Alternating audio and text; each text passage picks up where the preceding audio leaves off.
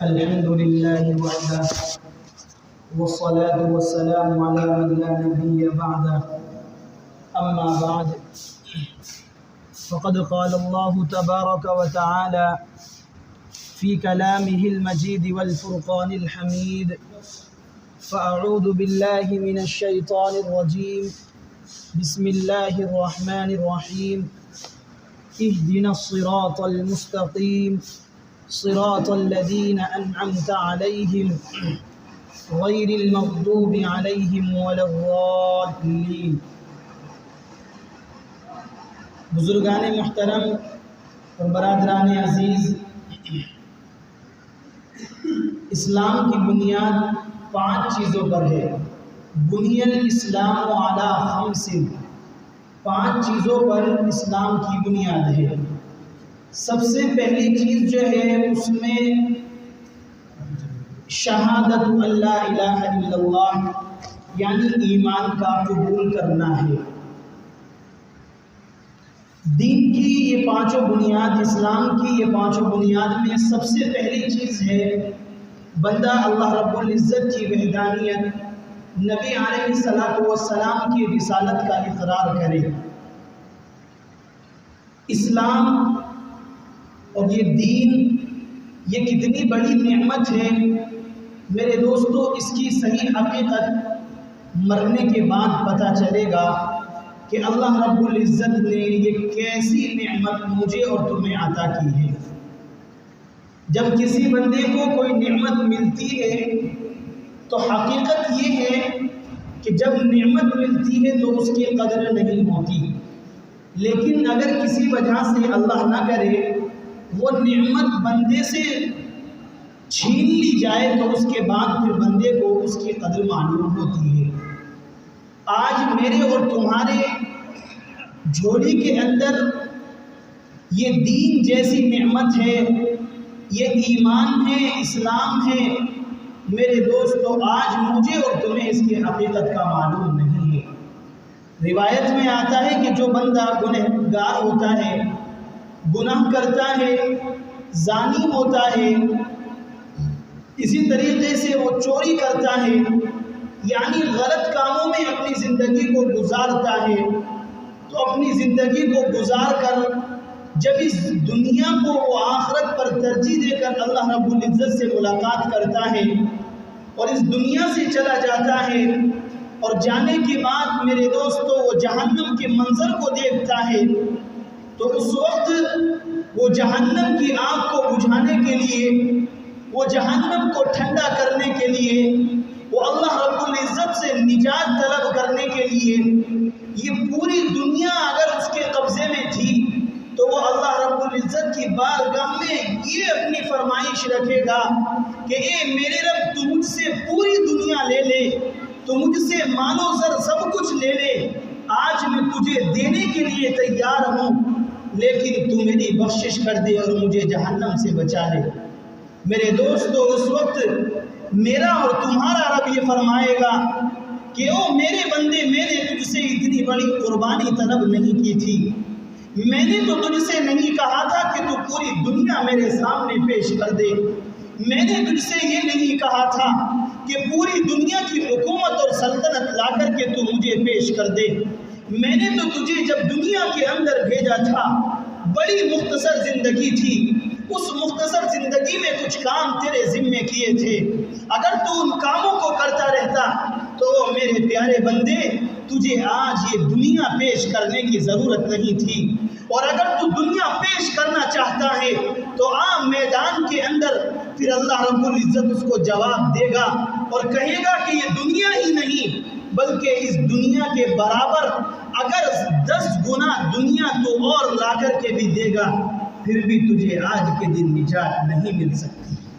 میرے دوستو آج موقع تھا کہ ہم اپنی زندگیوں کو سدھاریں، آج موقع تھا کہ ہم اللہ کی بارگاہ میں آئیں، آج موقع تھا کہ ہم روٹھے ہوئے رب کو منائیں، آج موقع ہے میرے دوستو، عقل مند بندہ وہ ہوتا ہے جو موقع سے فائدہ اٹھائے۔ آج ہم ہیں کہ ہم غافل ہیں، دنیا کی زندگی میں لگے ہوئے ہیں، ہمیں معلوم نہیں کہ ہمارا دن کہاں جا رہا، ہمیں معلوم نہیں کہ ہماری راتیں کہا جا رہی۔ میرے دوستو یہ ایمان کی دولت میرے اور تمہارے دامن میں ہے، آج مجھے اور تمہیں اس کی قدر نہیں۔ جب آنکھیں مچے گی اور آنکھیں مچنے کے بعد پھر ہم دیکھیں گے کہ یہ کیسی دولت تھی۔ میرے دوستو اس وقت پچھتاوے کے علاوہ کوئی دوسرا چارہ نہیں ہوگا۔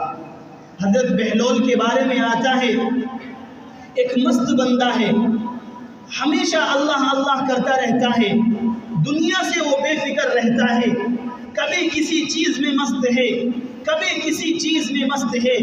ایک مرتبہ دریا کے کنارے بیٹھے ہوئے ہیں اور ریت کے اندر اپنا پاؤں ڈال کے اور اپنے پاؤں کے اوپر ریت چڑھا کر کے بچوں والا کھیل کھیل رہے، بچوں کے انداز میں اپنی زندگی کو بسر کر رہے۔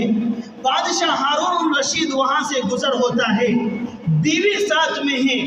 بیوی نے رک کر کے کہا، زبیدہ کہتی ہے کہ او بہلول یہاں پر کیوں بیٹھا ہے؟ او بہلول یہاں پر کیا کر رہا ہے؟ بہلول تو اپنے وقت کو کیسے ضائع کر رہا؟ تو بہلول کہتا ہے کہ تم بادشاہ ہو، میں جانتا ہوں، تمہیں اس چیز کا پتہ نہیں، جاؤ آگے نکلو۔ لیکن وہ زبیدہ وہاں پر رک جاتی ہے اور رکنے کے بعد کہتی ہے، او بہلول تو یہ پیروں سے کیا بنا رہا؟ بہلول تو یہ ریت کے اندر آج کیا کر رہا ہے؟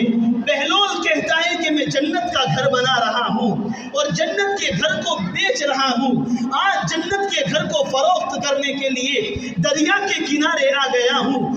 زبیدہ رکتی ہے اور رکنے کے بعد کہتی ہے کہ او بہلول مجھے ذرا یہ تو بتا کہ جنت کے محل کو اگر تو بیچ رہا ہے، اگر آج تو جنت کی بازی لگا رہا، اگر جنت کو فروخت کر رہا ہے، جنت کے محل اپنے ہاتھ سے بنا رہا ہے، تو مجھے یہ بتا کہ اس محل کی قیمت کیا ہے؟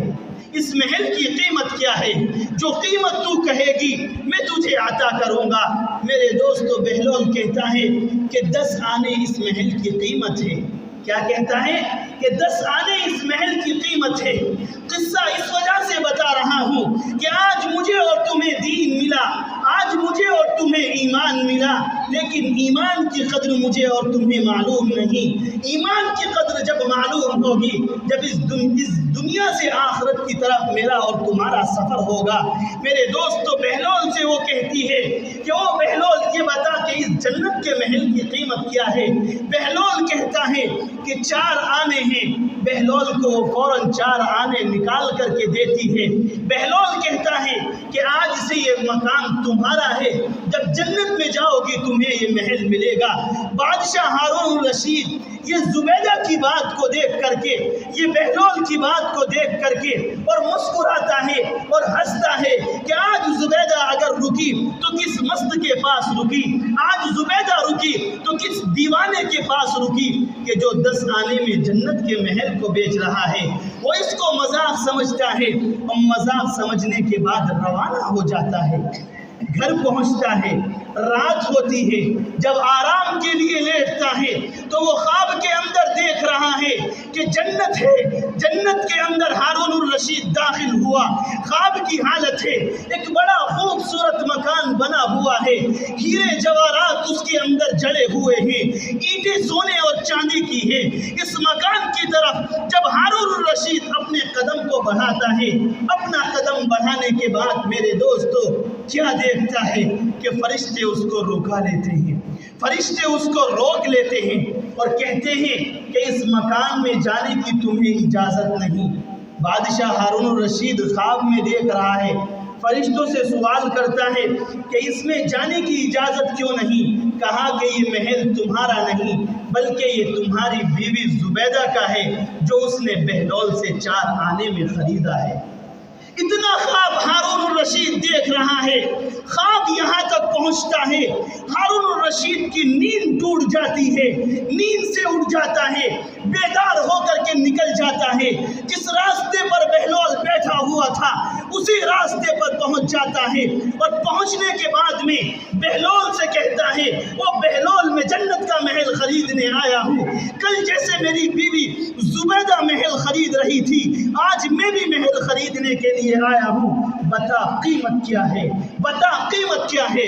10 آنے نہیں، ہزاروں آنے رکھ کر کے ساتھ لے کر کے گیا ہے۔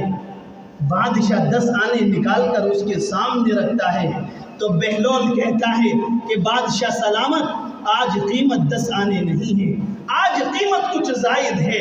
بادشاہ اس سے زائد قیمت رکھتا ہے، کہا کہ قیمت ابھی ادا نہیں ہوئی۔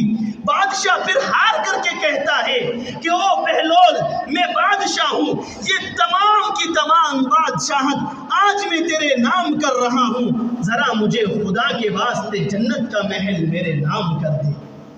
میرے دوستو، بہلول یہ بات سننے کے بعد مسکرانے لگتا ہے اور بہلول کہتا ہے کہ بادشاہ، آج یہ حکومت نہیں، آج یہ سلطنت نہیں، بلکہ اس جیسی اگر 7 سلطنتیں بھی تو پیش کرے گا پھر بھی آج اس محل کو نہیں خرید سکتا۔ بادشاہ نے کہا کہ او بہلول، وجہ کیا ہے؟ کل بھی تو اس جگہ بیٹھا تھا، آج بھی تو اس جگہ بیٹھا ہے، کل بھی تو نے ریت کے اندر پاؤں ڈال رکھا تھا اور ریت کا مکان بنا رہا تھا، کل میری بیوی نے میرے ساتھ میں 10 آنے میں یہاں محل خریدا تھا، آج میں 7 بادشاہت بھی اگر پیش کر دوں تو تیرا کہنا ہے کہ تم محل نہیں خرید سکتے۔ بہلول کہتا ہے کہ بادشاہ، کل جو قیمت لگ رہی تھی وہ بن دیکھے لگ رہی تھی، آج جو تو قیمت لگانے کے لیے آیا ہے جنت کے محل کو دیکھ کر کے آ رہا۔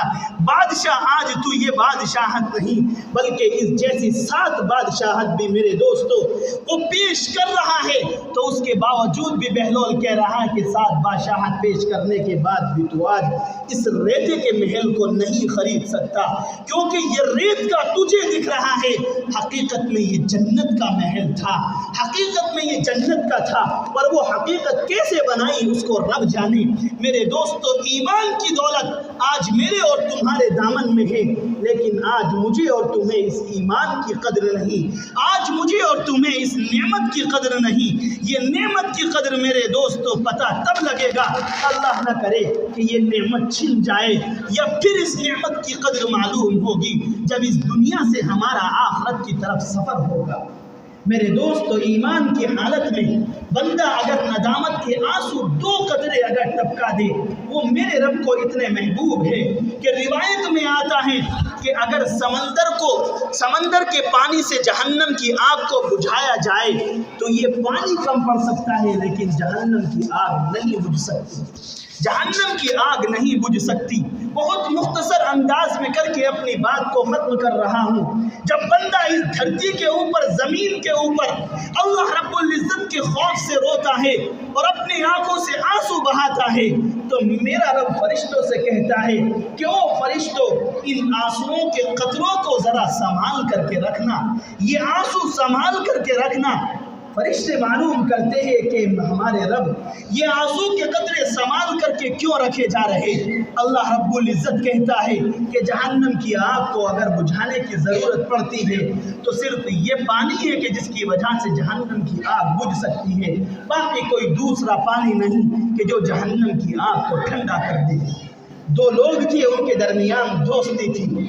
ایک بندہ تھا، وہ پیسے جمع کرتا تھا اور جمع کر کے دوسرے دوست کے پاس رکھتا رہتا تھا، پیسے جمع کر رہا، دوست کے پاس رکھ رہا، بہت زمانہ اس انداز سے دوستی چلتی ہے۔ ایک وقت آتا ہے کہ ان دوستوں کی آپس میں ملاقات نہیں ہوتی۔ جس بندے کے پاس امانت رکھی ہوئی تھی، یہ ایماندار تھا، اس کو تلاش کرنے کے لیے نکل جاتا ہے کہ وہ کہاں رہتا ہے کہاں نہیں، اس ایڈریس پر پہنچتا ہے۔ پہنچنے کے بعد دیکھتا ہے کہ اس کا دوست چارپائی پر لیٹا ہوا ہے، موت کا وقت ہے۔ اس سے جا کر کے کہتا ہے کہ ارے میرے دوست، تیری امانت میرے پاس رکھی ہے، بتا میں اس کا کیا کروں؟ وہ دوست کہتا ہے کہ وہ امانت مجھے لا کر کے دو، اس امانت کی مجھے ضرورت ہے۔ یہ امانت لاتا ہے، اپنے دوست کے حوالے کرتا ہے، کہتا ہے کہ وہ میرے پیارے دوست، اس امانت کا کرنا کیا ہے؟ وہ بندہ کہتا ہے کہ جب میں اس دنیا سے چلا جاؤں، جب میرے اوپر موت طاری ہو جائے، میرے اعز و اقارب مجھے قبر کے اندر اتار دے، تو میرے اس مال و دولت کو قبر میں رکھ کر کے تم چلے آنا، اپنے ہاتھ سے میرے ساتھ اس مال کو دفن کر دینا۔ اس بندے نے یہی کیا، وصیت پر عمل کیا، اور جانے کے بعد جب اس کو قبر میں اتارا تو پیسوں کی گٹھری اس قبر کے اندر رکھ دی، کچھ دنوں کے بعد اس دوست کی نیت بگڑتی ہے اور یہ سوچتا ہے کہ وہ گل گیا ہوگا، سڑ گیا ہوگا، مٹی بن گیا ہوگا، پیسہ قبر کے اندر ابھی رکھا ہوا ہوگا، جاؤں اور پیسے کو نکال کر کے لے کے آؤں۔ یہ بندہ قبر کو کھودتا ہے، دیکھتا کیا ہے کہ اس کا مال و دولت جتنا بھی تھا سب اس بندے کے جسم پر چپکا ہوا ہے۔ وہ سکے جو اس نے قبر میں اتارے تھے اس کی لاش کے اوپر وہ سکے چپکے ہوئے ہیں۔ اس بندے نے قبر کے اندر اپنا قدم اتارا اور ہاتھ سے اس سکے کو چھڑانا چاہا تو اس کے ہاتھ میں گرمی اس انداز کی ہوئی کہ چھالا پڑ گیا، آبلہ ہو گیا۔ یہ فوراً وہاں سے نکل جاتا ہے اور نکلنے کے بعد اپنی انگلی کو پانی کے اندر ڈالتا ہے تو کچھ سکون ملتا ہے، پانی سے جدا کرتا ہے تو اس میں جلن ہونے لگتی ہے۔ یہ بندہ پریشان ہے، دنیا کا کوئی علاج اس نے نہیں چھوڑا کہ جس کو کر نہ لیا ہو۔ بڑے بڑے عاملوں کے پاس چلا گیا، حکیموں کے پاس چلا گیا، ڈاکٹروں کے پاس چلا گیا، کسی کو ماجرا سمجھ نہیں آتا کہ آیا اس کے ہاتھ میں جلن ہے تو کیوں۔ یہ بندہ جاتا ہے اور کہتا ہے کہ میں ہمیشہ پانی کو اپنے ساتھ رکھتا ہوں اور پانی کے اندر اپنے ہاتھ کو ڈبا کر کے رکھتا ہوں، کیونکہ جب تک ہاتھ پانی کے اندر ہوتا ہے مجھے سکون اور چین ملتا ہے، اور جیسے ہی پانی سے باہر ہوتا ہے تو میری بے چینی شروع ہو جاتی ہے۔ شاہ عبدالعزیز کے پاس یہ بندہ جاتا ہے، محدث دہلوی رحمۃ اللہ علیہ ان کے پاس پہنچتا ہے۔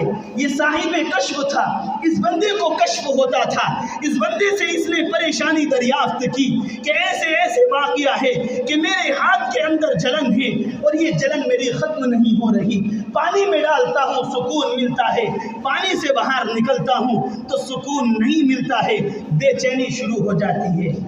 حضرت عمر بن شاہ عبدالعزیز نے اپنی گردن کو جھکایا، مراقبہ کیا اور اس چیز کو تلاش کیا کہ آیا یہ پریشانی کیوں ہے۔ اللہ رب العزت نے دماغ میں یہ بات ڈالی، اس بندے کو کہا کہ تمہاری یہ پریشانی ختم نہیں ہوگی، تمہاری یہ پریشانی ہمیشہ ہمیشہ رہے گی، یہ پریشانی کسی دوائی سے کسی عمل سے ختم نہیں ہوگی۔ یہ بندہ تڑپنے لگتا ہے، جب تڑپنے لگتا ہے اس کی آنکھوں سے آنسو نکلتے ہیں، آنسو جب نکلتے ہیں تو عمر ابن عبدالعزیز ان سے کہتے ہیں، شاہ عبدالعزیز ان سے کہتے ہیں کہ تیری آنکھ کا جو یہ پانی ہے، یہ جو آنسو نکلا ہے تو اپنی انگلی پر لگا لے اور تیری انگلی درست ہو جائے گی، تجھے شفا مل جائے گی۔ وہ جیسے ہی اپنے آنسوؤں کو اپنے ہاتھ پر ملتا ہے اور جلن والے حصے پر لگاتا ہے، میرے دوستو روایت میں ہے، تاریخ گواہ ہے کہ اس بندے کا ہاتھ صحیح ہو جاتا ہے۔ وہ شاہ عبدالعزیز سے دریافت کرتا ہے کہ دنیا کی کوئی دوائی کام نہ کری، کوئی عمل کام نہ کیا، اگر کام کیا تو آنکھوں کے آنسو نے، ذرا ماجرا کیا ہے یہ بتا دیجئے، یہ معجزہ کیا ہے یہ بتا دیجئے، یہ کرامت کیا تھی یہ بتا دیجئے۔ عمر بن شاہ عبدالعزیز فرماتے ہیں کہ یہ کرامت نہیں، کچھ نہیں، بلکہ نبی علیہ الصلوۃ والسلام کا فرمان ہے۔ حدیث میں نبی علیہ الصلوۃ والسلام نے فرمایا کہ اگر جہنم کی آگ کو کوئی بجھا سکتا ہے تو وہ آنکھوں کا قطرہ ہے۔ یہ جو تو نے قبر میں اتر کے سکے کو چھوا تھا اور درہم کو چھوا تھا اور روپیے کو ہاتھ لگایا تھا، در حقیقت میں اس بندے کو جہنم کی سزا مل رہی تھی، جہنم کی آگ کو اس کے اوپر مسلط کر رکھا تھا۔ تو اگر اس سکے کو چھونے کی وجہ سے تیرے ہاتھ میں جلن تھی تو اس کو آگ کا آنسو ختم کر سکتا تھا، باقی دنیا کی کوئی دوائی نہیں تھی کہ جو اس کو ختم کر دیتی۔ میرے دوستو ابھی موقع ہے کہ ہم اللہ رب العزت کی بارگاہ میں دو قطرے آنسو کے ٹپکا کر کے اپنے روٹھے ہوئے رب کو راضی کر لے۔ جب آنکھ مچے گی میرے دوستو اس کے بعد چاہنے کے باوجود بندہ کچھ نہیں کر سکے گا۔ دعا کرے کہ اللہ رب العزت عمل کی توفیق عطا فرمائے۔ وآخر دعوانا